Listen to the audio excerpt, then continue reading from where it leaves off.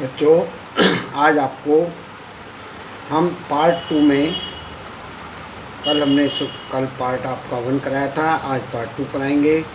आवेग।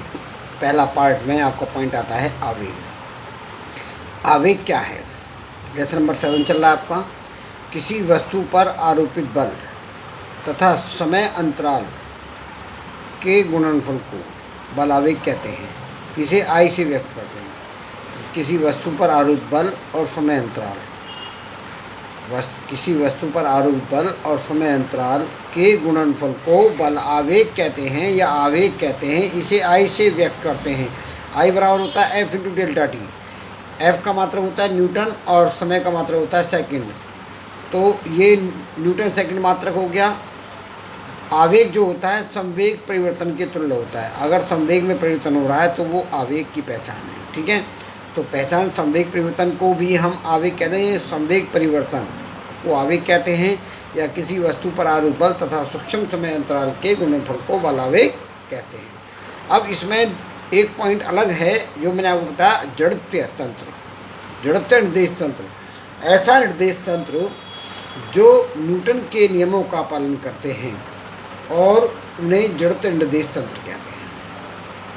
न्यूटन ने जो नियम बताए हैं उन नियमों का पालन, जो तंत्र हैं जो उन नियमों का पालन करते हैं जो न्यूटन ने 3 नियम दिए, और उन्हें हम जड़त्व निर्देश तंत्र कहते हैं। दूसरे होते हैं जैसे चलती हुई गाड़ी है, चलती हुई कार है। अजड़त्व निर्देश तंत्र ऐसा निर्देश तंत्र जो न्यूटन के नियमों का पालन करता है उसे नहीं करते हैं। जो न्यूटन के नियमों का पालन नहीं करते हैं उन्हें अजड़त्व निर्देश तंत्र कहते हैं। जैसे उड़ान, बढ़ता हुआ वायुयान, ये अजड़त्व। अगर आपसे पूछा जाता है जड़त्व से तथा अजड़त्व से आप क्या समझते हो, इसके बारे में बताइए, तो आप इतना लिख सकते हैं जो मैंने आपको लिखाया है। ये संक्षेप में सार है इसका, और इसको ये जो लाइन है आपकी ये बदलनी नहीं चाहिए, क्योंकि जो नियम होता है वो नियम और जो परिभाषाएं होती हैं वो निश्चित शब्दों में तुल्य होती हैं, इसलिए उनको ऐसे ही मानना होता है। ठीक है, अगला पॉइंट होता है छदम। छदम बल। छदम बल क्या है?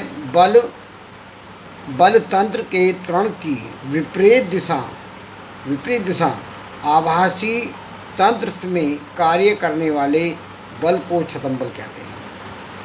बल तंत्र के त्वरण की विपरीत दिशा जो होती है, जो बल त्वरण होता है, बल तंत्र जो होता है उसके त्वरण की दिशा की विपरीत दिशा में आभासी रूप से जो कार्य करने वाला बल होता है उसे हम छदम बल कहते हैं। कोई छदम पूछता है, छदम किसे कहते हैं, इसे कहते हैं।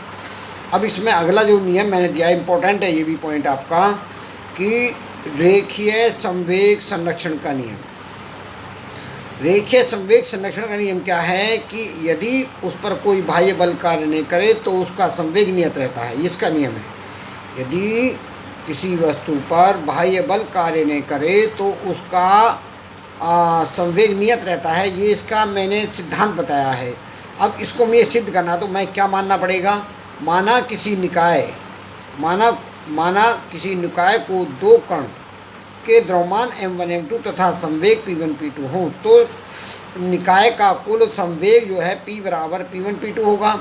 अगर हम परिवर्तन करने के बाद डेल्टा p1 डेल्टा p करो delta p1 delta p2 vector हो गया।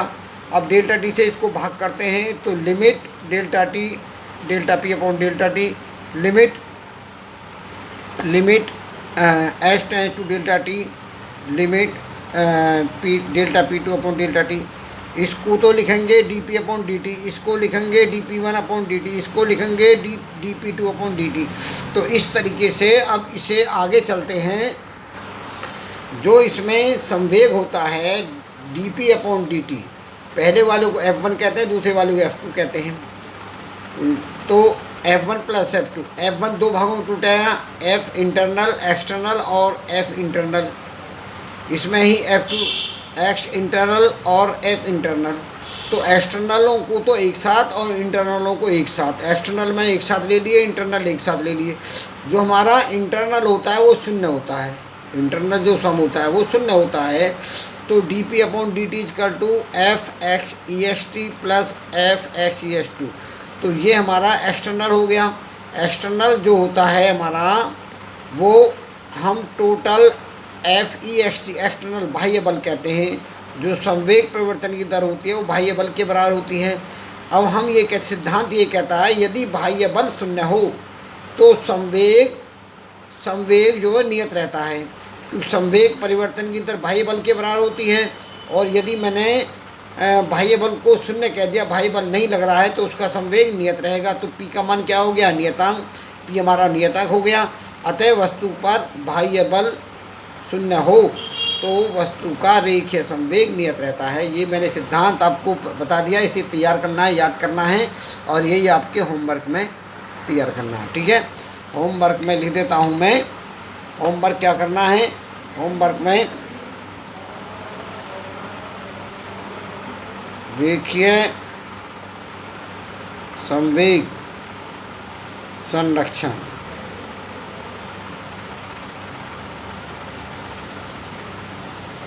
याद करें। यह होमवर्क है और कार्य को पूर्ण करें, कार्य पूर्ण करें। ओके, ये आपको काम करना है।